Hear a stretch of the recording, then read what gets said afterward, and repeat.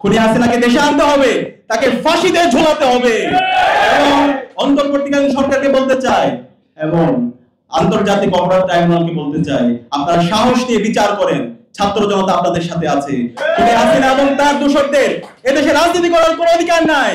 খুনি হাসিনার নিষিদ্ধ ঘোষিত আওয়ামী লীগ, নিষিদ্ধ ঘোষিত ছাত্রলীগ, নিষিদ্ধ ঘোষিত যুবলীগ এবং তার দোসরদের বাংলাদেশে রাজনীতি করার কোনো অধিকার নাই।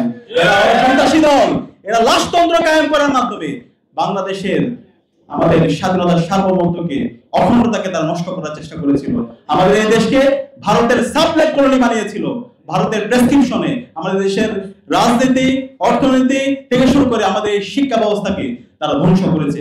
সুতরাং এই দেশে আর মুজিববাদীদের, খুনি হাসিনার রাজনীতি করার কোনো অধিকার নাই। আমি জাতীয় নেতৃবৃন্দকে অনুরোধ করব, আমাদের ঐতিহাসিক একটি সুযোগ এসেছে, এই সুযোগকে আমাদেরকে কাজে লাগাতে হবে।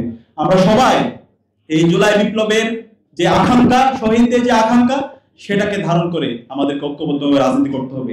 আমাদের রাজনৈতিক ভিন্নতা থাকবে, আদর্শিক ভিন্নতা থাকবে, কিন্তু খুনি হাসিনার বিচার প্রশ্নে, বাংলাদেশ প্রশ্নে আমাদের সবাইকে ঐক্যবদ্ধ হইতে হবে।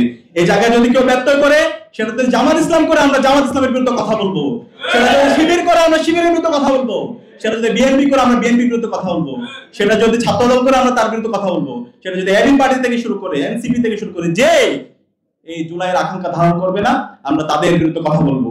আমরা অনুরোধ করব, আমাদের এই ঐতিহাসিক সুযোগে আমরা যেন সবাই ঐক্যবদ্ধভাবে বাংলাদেশ প্রশ্ন ঐক্যবদ্ধ হয়ে আমরা সবাই কাজ করি এবং আমাদের এই ঐতিহাসিক সুযোগ 54 বছর পরে আমাদের এই বাংলাদেশটাকে একটা পূর্ণাঙ্গ ন্যাশন হিসাবে বিনির্মাণ করার জন্য এবং আমাদের এই প্রতিষ্ঠানগুলোকে শক্তিশালী করার জন্য আমরা যেন সবাই ঐক্যবদ্ধভাবে কাজ করি এবং বাংলাদেশপন্থী আমরা যারা আছি সবাই ঐক্যবদ্ধভাবে আগামীর সুখী সমৃদ্ধ বাংলাদেশ বিনির্মাণে সবাই আমরা কাজ করি, সে আহ্বান জানিয়ে এবং আজকের অনুষ্ঠানের অতিথি